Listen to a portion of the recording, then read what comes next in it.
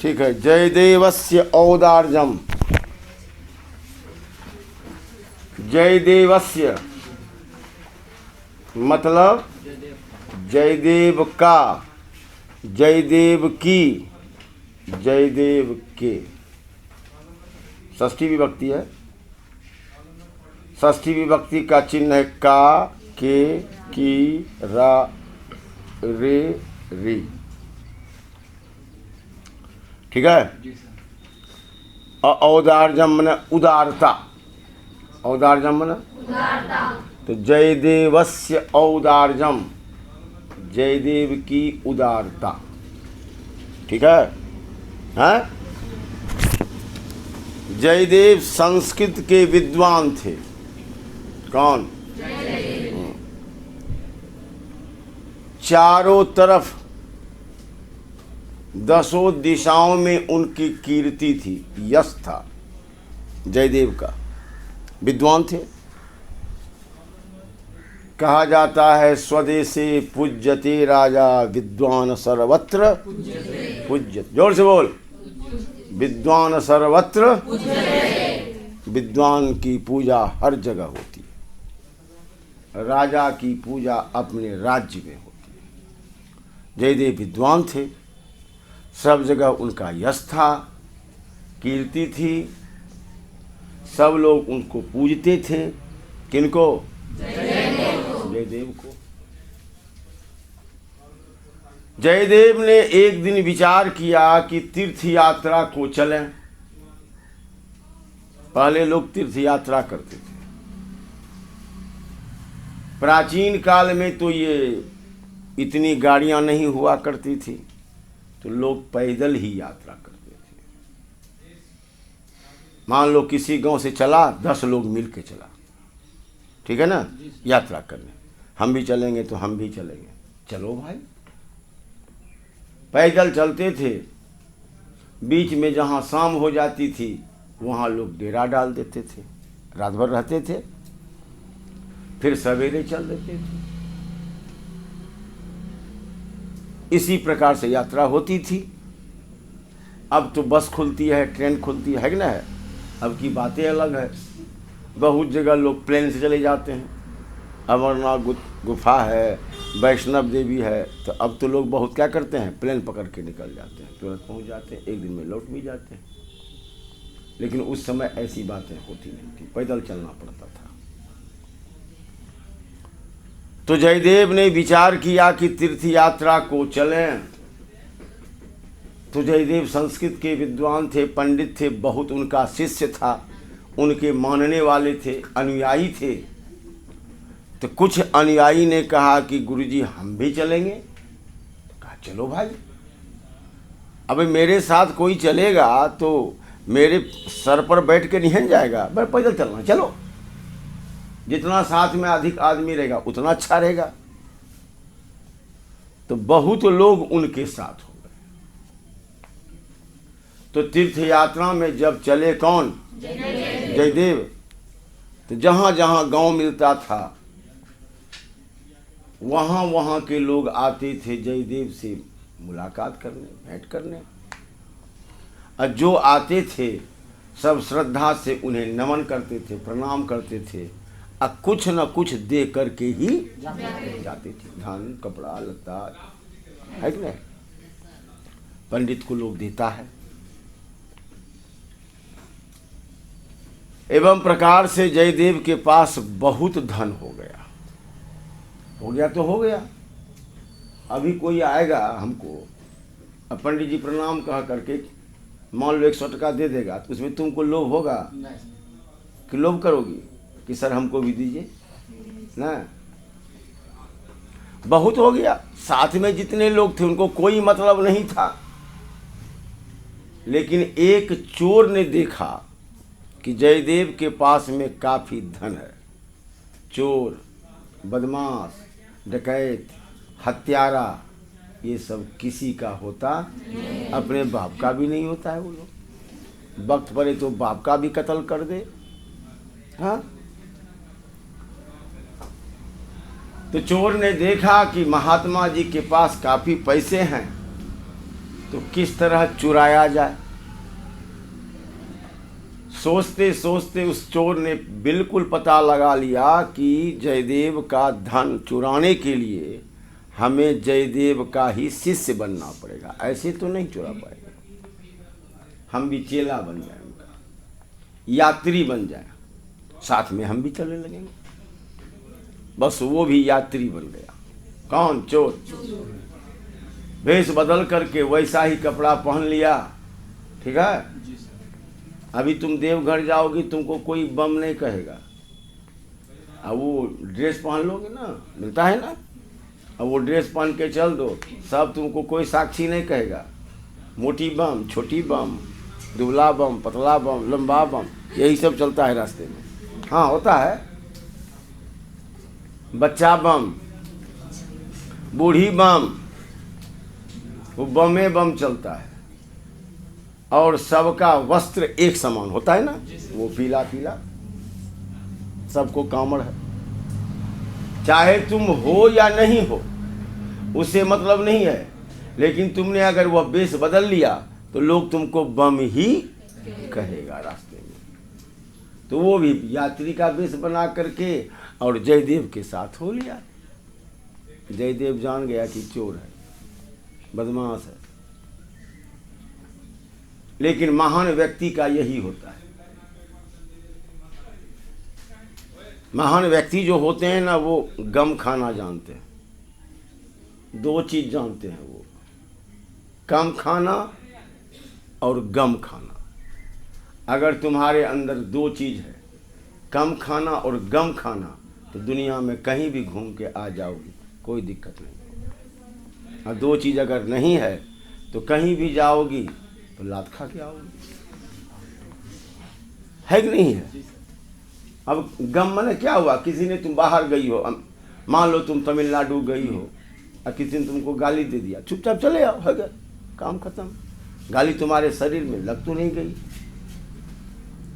और उसका अगर हम प्रतिकार करेंगे तो वो इलाका मेरा है नहीं, उसके 10 लोग होंगे, गिरा 4 लाख दे तो मन हर हर भज है। तो जयदेव उसको जानते थे। लेकिन चलो भाई, चलते चलते एक जगह शाम हो गई, सूर्यास्त हो गया। जयदेव ने कहा आज यहीं रुक जाओ। गांव का बाहरी इलाका था ना, वहीं पर सब लोगों ने डेरा डाल दिया कि आज यहीं पर रुको, खाना बनाओ, खाओ, सवेरा होगा फिर चलेंगे। सब लोग रुक गए, सब ने अपना खाना बनाया, खाया पिया, सोया। चोरवा नहीं सोया, क्योंकि उसके दिल में तो बात चुराने की थी।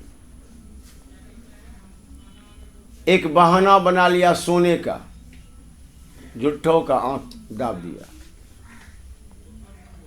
एक बात याद रखना, सोया हुआ आदमी जग जाता है ना, लेकिन जो जान करके सोया हुआ है वो कभी जगेगा? बोलो।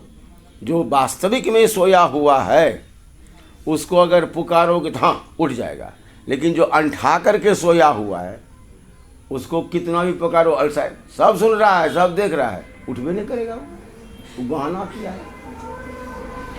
जैसे तुम लोग हो, सवेरे मम्मी कहती उठो, अंठा सुतलो रही जा, ठीक है। जब चोर ने देख लिया पूरा तरह से कि हाँ अब जयदेव भी सो गया गहरी नींद में, तो उठा और जयदेव को उठा के ले गया। बगल में थोड़ा दूर पर एक कुआं था, उस कुएं में पानी नहीं था, उसी कुआं के पास ले गया, पैर हाथ काट के कुआं में फेंक दिया। आया, सब धन लेके चल दिया। अब जयदेव का पूरा हाथ, यहाँ से हाथ काट दिया, यहाँ से पैर काट दिया, तो कोई आदमी होश में रहेगा? एक तो बचेगा नहीं, अब बचेगा भी तो होश में तो नहीं आएगा जल्दी। वो बेचारे पंडित जी जयदेव कुआं में गिर गए, सवेरा हुआ, सब लोग उठे, सब लोगों ने देखा जयदेव नहीं है, पंडित जी नहीं है। लोगों ने अनुमान किया कि वो उठ करके चल दिए होंगे। सब लोग चल दिए आगे। इधर जयदेव कुआं में पड़ा है। 2 दिन के बाद जयदेव को होश आया तो अपने आप को देखा कुआं में, निकलने का कोई चांस नहीं। वहीं बैठ करके वो राम राम करने लगे। कौन? जयदेव।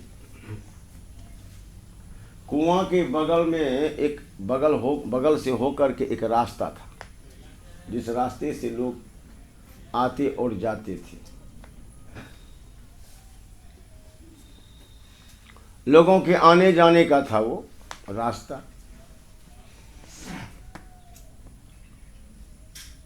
उसी रास्ते से होकर गौड़ देश के राजा लक्ष्मण सेन गुजर रहे थे। कहाँ के राजा? गौड़ देश के राजा। क्या नाम था? लक्ष्मण सेन। वो गुजर रहे थे अपने सेनाओं के साथ में। लक्ष्मण सेन के कानों में वो राम नाम की आवाज पड़ी। लक्ष्मण सेन ने सोचा, भाई कुएं में से आवाज क्यों आ रही है मनुष्य की?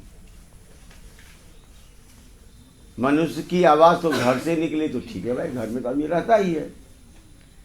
कुआं तो आदमी के रहने के लिए नहीं बनता है, तो फिर कुएं से आवाज क्यों आ रही? निश्चित ही कोई व्यक्ति गिर गया होगा कुएं। क्या हुआ होगा? अपने सेना को आदेश दिया, देखो कुएं में कौन गिरा है, निकालो भाई। उस समय के लोग परोपकारी होते थे। सैनिक गया कुएं में, झांका, कहा महाराज आदमी गिरा हुआ। कहा निकालो निकालो। जब सेना ने उनको निकाला कुएं से तो लक्ष्मण सेन उनको पहचानते थे। किसको? इलाके के प्रसिद्ध व्यक्ति थे। लक्ष्मण सेन ने देखा हाथ पैर कटा हुआ, का बाप रे बाप, गुरुजी ये क्या हो गया? लक्ष्मण सेन को बड़ा क्रोध हुआ, गुस्सा, कि हमारे राज्य में, वो राज्य किसका पड़ता था? लक्ष्मण सेन का। तो वो हालत देखा लक्ष्मण सेन ने पूछा कि पंडित जी ये किसने किया? लक्ष्मण सेन को क्रोध इसलिए हो रहा था, बाप रे बाप, मेरे राज्य में इतने बड़े महान पंडित का किसी ने हाथ पैर काट दिया तो धिक्कार है हमको, राजा को। जिस राजा के राज में प्रजा सुरक्षित नहीं हो, उस राजा को भी क्या होता है? धिक्कार होता है। क्योंकि राजा का ही काम है क्या करना? सुरक्षा प्रदान करना। ये राजा का काम है। जी बताइए, कौन आदमी ने आपके साथ ऐसा व्यवहार किया?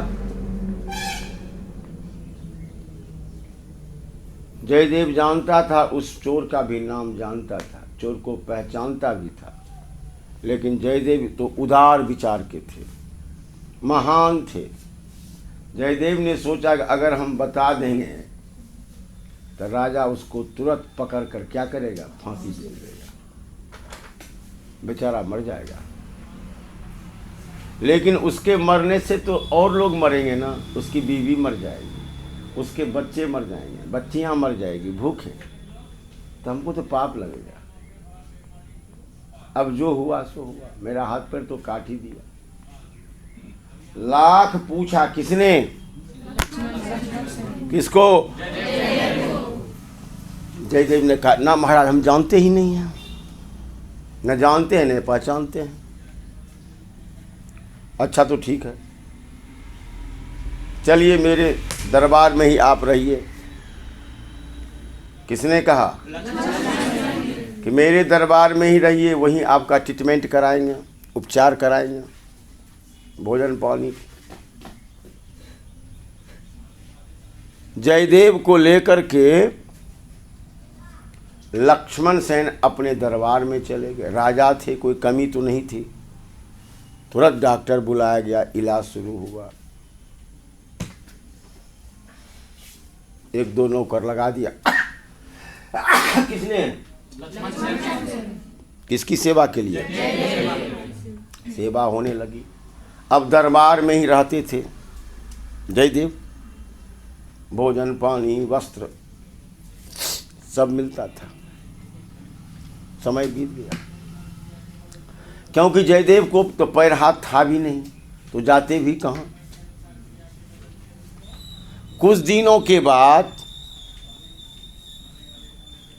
उस राजा लक्ष्मण सेन ने अपने दरबार में एक भोज का आयोजन किया। भोज समझते हो ना, जहाँ फ्री का मिलता है, भुंडो खोल के खाओ, उसी का नाम है भोज ना। कहा जाता है भोज में ओज क्या ना। भोज का आयोजन किया और पूरे अपने राज्य के गरीब ढुलाई पिटवा दिया कि जितने राज्य में गरीब हैं सब मेरे यहाँ आवे, भोजन करें, कपड़ा लें, धन लें, सबको देंगे। राज्य भर के गरीब आने लगे भोजन करने दरबार में। सबको खाना वस्त्र धन मिलता था, पैसा कौड़ी सबको। राजा की वो घोषणा सुन करके जिसने जयदेव का हाथ पैर काटा था वो चोर भी आ गया। कहाँ? राजा के यहाँ भोज में सम्मिलित होने के लिए। उस चोर को क्या पता था जिसका हम हाथ पैर काटे हैं वो राजा के यहाँ है। उसने तो सोचा हाथ पैर काट दिए मर गया होगा, कुआं में सड़ गया होगा ना, वो जानता था। जब राजा के वहाँ वो आया, लाइन में लगा, तो अचानक चोर की दृष्टि जयदेव पर पड़ गई। दरबार में बैठे हुए थे कुर्सी पर, और जयदेव की दृष्टि चोर पर पड़ गई। दोनों की नजर मिल गई। अब चोर को तो थरथरी आ गया कि बाप रे बाप, कहीं ये अगर मेरा पोल खोल दिया, मेरे बारे में राजा को बता दिया, तब तो जो भोज खाना उतना ही मिलेगा, उल्टे क्या मिल जाएगी? फांसी। क्योंकि उस समय राजा लोग दंड देने में 1 मिनट भी विलंब नहीं करते। तुरंत फांसी, तुरंत फांसी दो, तुरंत न्याय मिलता था। राजा का दरबार जाओ, फैसला तुरंत, जो भी फैसला हो। आजकल फैसला लेने में, न्याय लेने में 20 साल 25 साल लग जाता है। केस लड़ते लड़ते लोग क्या होता है, मर जाता है, फिर भी न्याय नहीं मिलता है, कोई फैसले नहीं होता है। तारीख पर तारीख, तारीख पर तारीख, तारीख पर तारीख। लेकिन प्राचीन काल में राजाओं के दरबार में फैसला तुरंत होता था, जो होना है। चोर को तो अब डर लग गया कि बाप रे बाप, अब क्या होगा। भाग भी नहीं सकते हैं क्योंकि गेट पर सिपाही है, सब देख रहा है। अगर ऐसे भागेंगे तो सिपाही पकड़ लेगा, कहाँ आया था, बिना खाए क्यों जा रहे हो, क्या बात है, तो काम गड़बड़ हो जाएगा। इधर जयदेव ने जब उस चोर को देखा, नजरें मिली, तो जयदेव ने राजा को बुलाया। कौन राजा को? कहा महाराज इधर आइए। राजा साहब आए, बोलिए पंडित जी क्या बात है। कहा वो जो आदमी देख रहे हैं ना, उंगली का इशारा करके बताया, कहा वो आदमी मेरा अपना आदमी, हितैषी है, जरा उसका विशेष स्वागत कर दीजिए। राजा ने कहा हाँ हाँ, अगर आपका आदमी है तो बिल्कुल स्वागत करेंगे। लेकिन उंगली का जो इशारा किया, चोर समझ गया कि हो गया, अब तो बता दिया। अब चोर को थरथरी धक धक करने लगा। किसका? जियरा डरने। हाँ। जबकि जयदेव ने उस चोर के बारे में कोई गलत चीज़ बताया और अच्छा कर रहा था कि स्वागत कर दीजिए, अधिक धन दे दीजिए उसको। लेकिन जो जैसा होता है वह वैसा ही सोचता है। अब उसको थरथरी आ गया, किसको? और राजा ने भी क्या कर दिया, एक सिपाही को कहा सुनो उसको बुला तो। सिपाही चला गया बुलाने के लिए।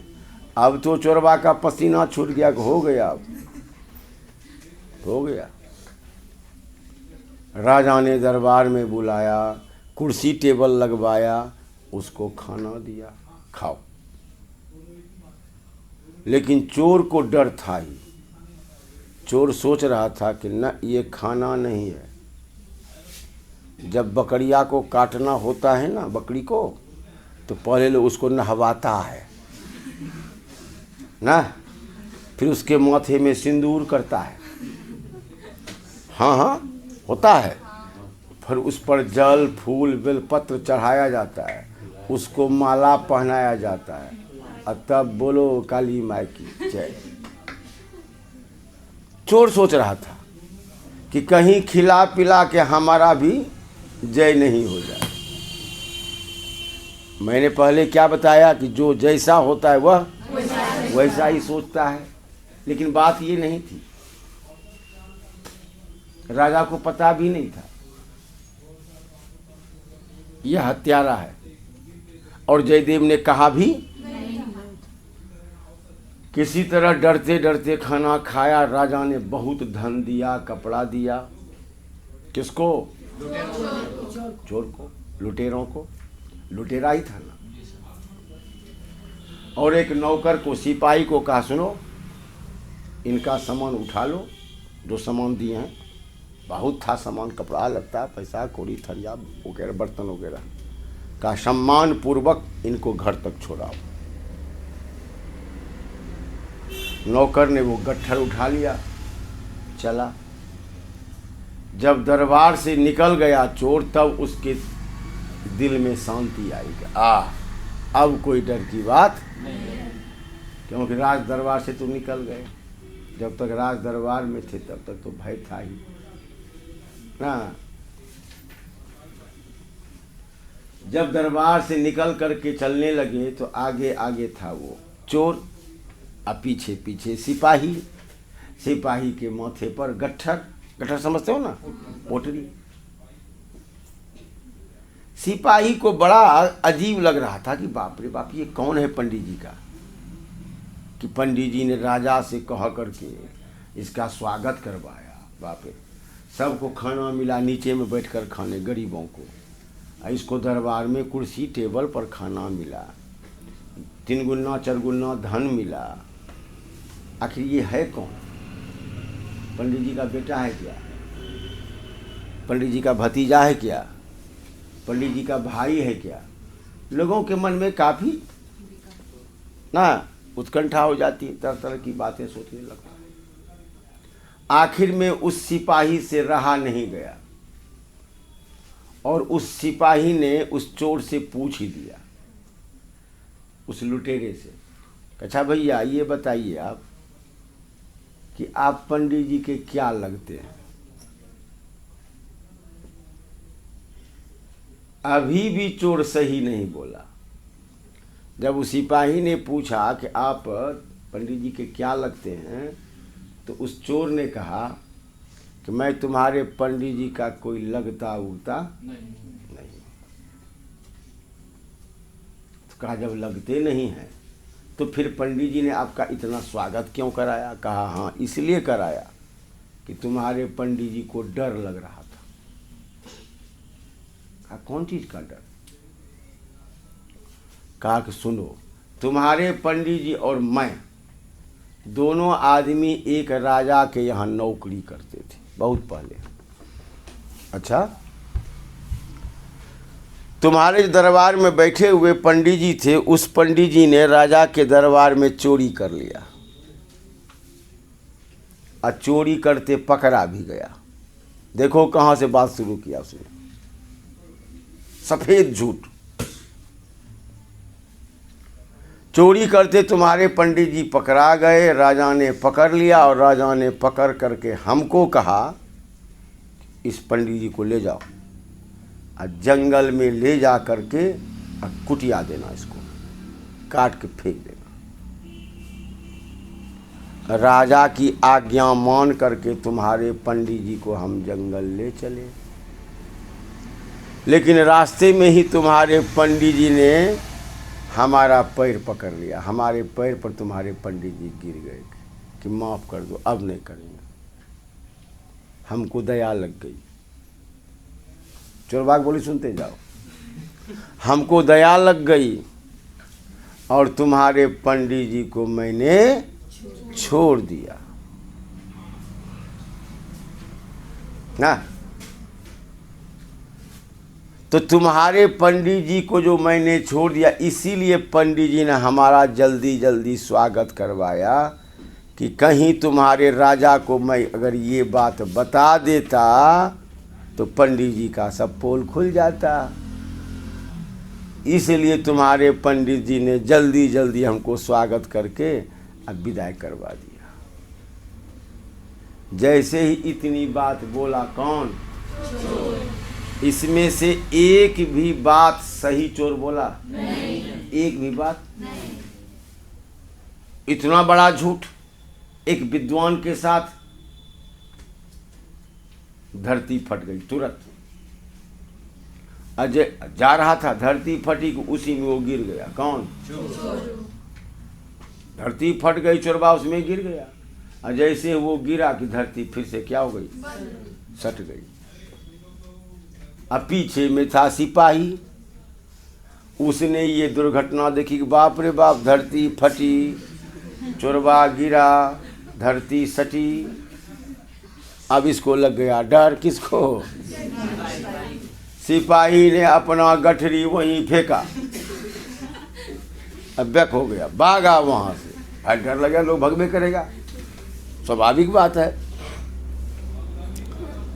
बड़ा उसको आश्चर्य लग रहा था, बाप रे बाप ये क्या हो गया। दौड़े दौड़े दरबार पहुंच गया। अब दौड़ के कोई व्यक्ति आएगा तो हाँफेगा ही। हाँफ रहा था। कौन? राजा ने कहा क्या बात है? महाराज गजब हो गया।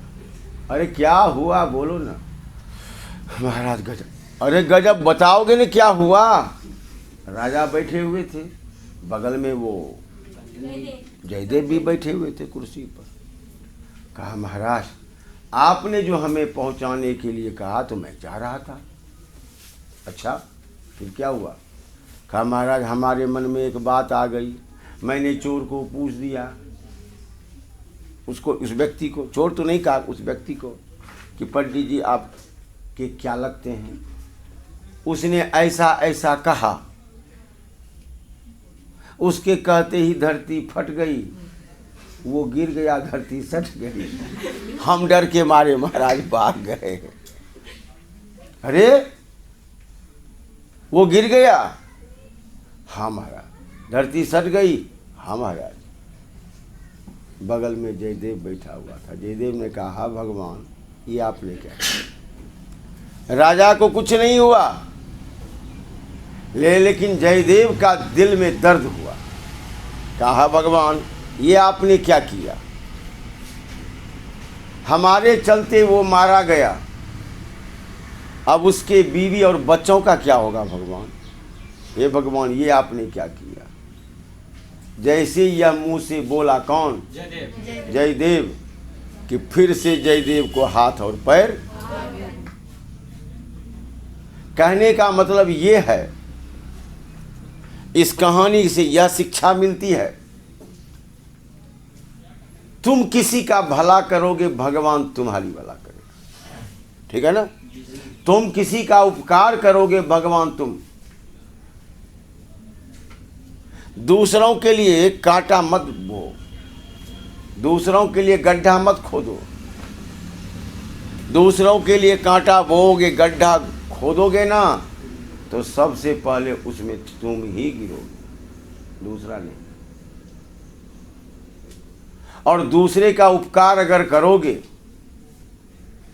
तो तुम्हारा उपकार कौन कर देगा? भगवान कर देगा। जयदेव ने कभी भी उस लुटेरे के प्रति निर्दयता नहीं दिखाई, हमेशा उसके प्रति जयदेव ने क्या दिखाई?